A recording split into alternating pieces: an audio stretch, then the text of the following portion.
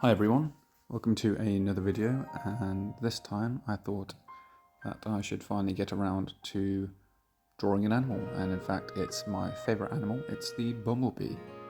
I've been getting into digital painting a lot more recently, but I've really been restricted to fruit and veg, so I thought it'd be a good change of pace to move to something a bit more complicated with a bit more finer details.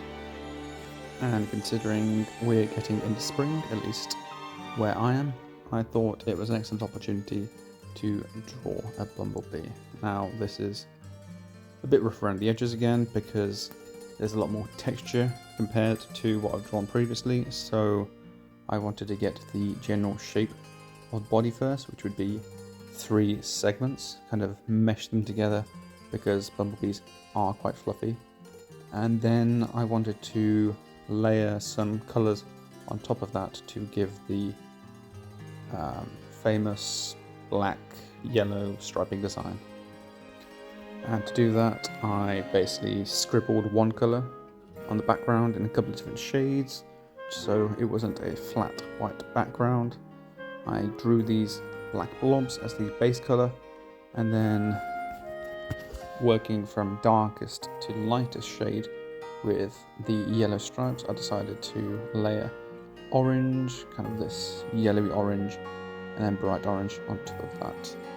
And kind of like these short strokes to kind of simulate the fuzziness of a bumblebee. But typically I've been just using the same brush for my past couple of paintings and figured I'd have to try something new to get the fluffy effect that I wanted, and after doing a bit of trial and error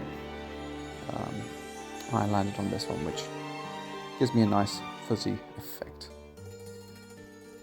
And I'll just basically be going back and forth with darker colours, the yellows, the oranges, just to get enough representation and layering.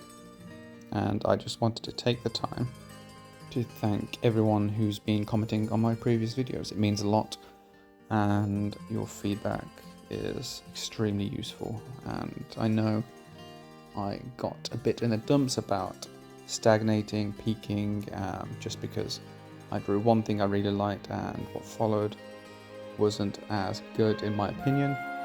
That doesn't mean you should stop, so I'm going to draw a lot more, practice a lot more, and I think I realize I have to commit a lot more time and energy into it to increase that consistency. So when I set a new standard, when I particularly get lucky with the drawing and I feel like it goes particularly well, I can keep that up and set new standards and raise the bar more and more as time goes on.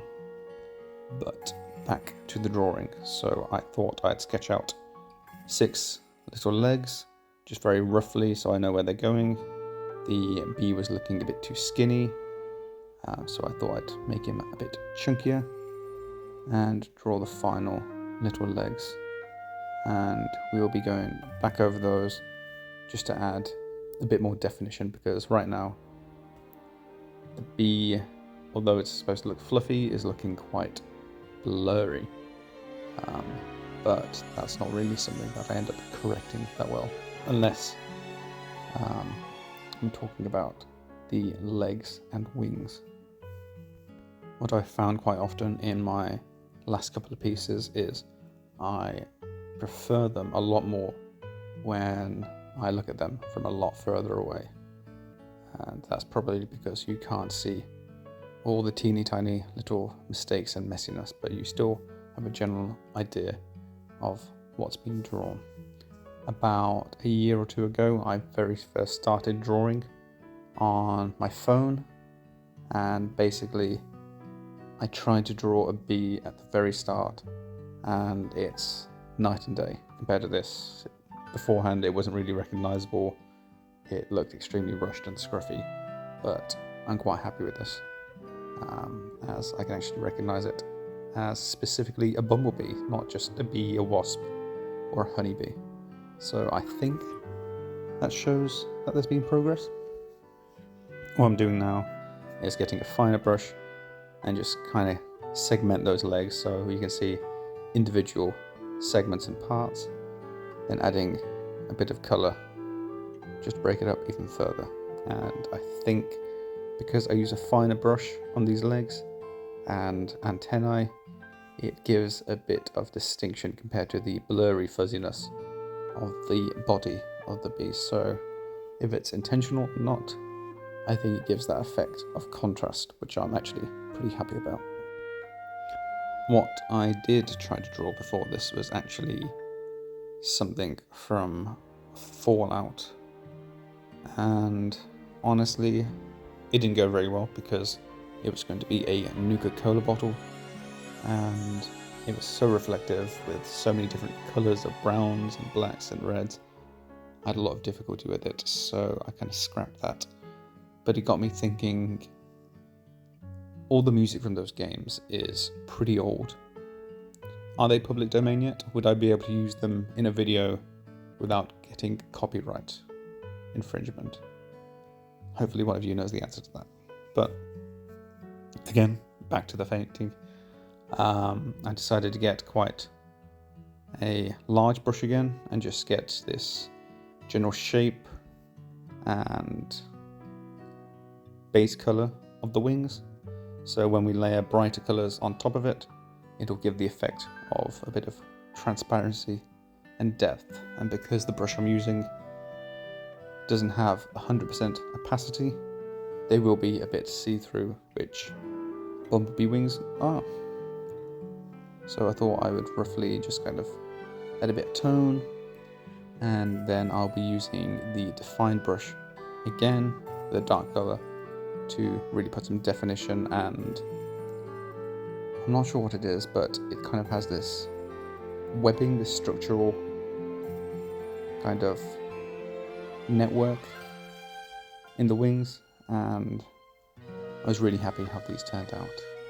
There wasn't really any plan going into it. I wasn't really checking the reference picture at this point, but it turned out pretty well. I'm sure it's not biologically accurate, but it gives a nice impression, I think. And again, because this is using a more defined brush, much like the legs, when compared to the body itself, the contrast really makes the wings pop, I think, and it gives the impression that I wanted to.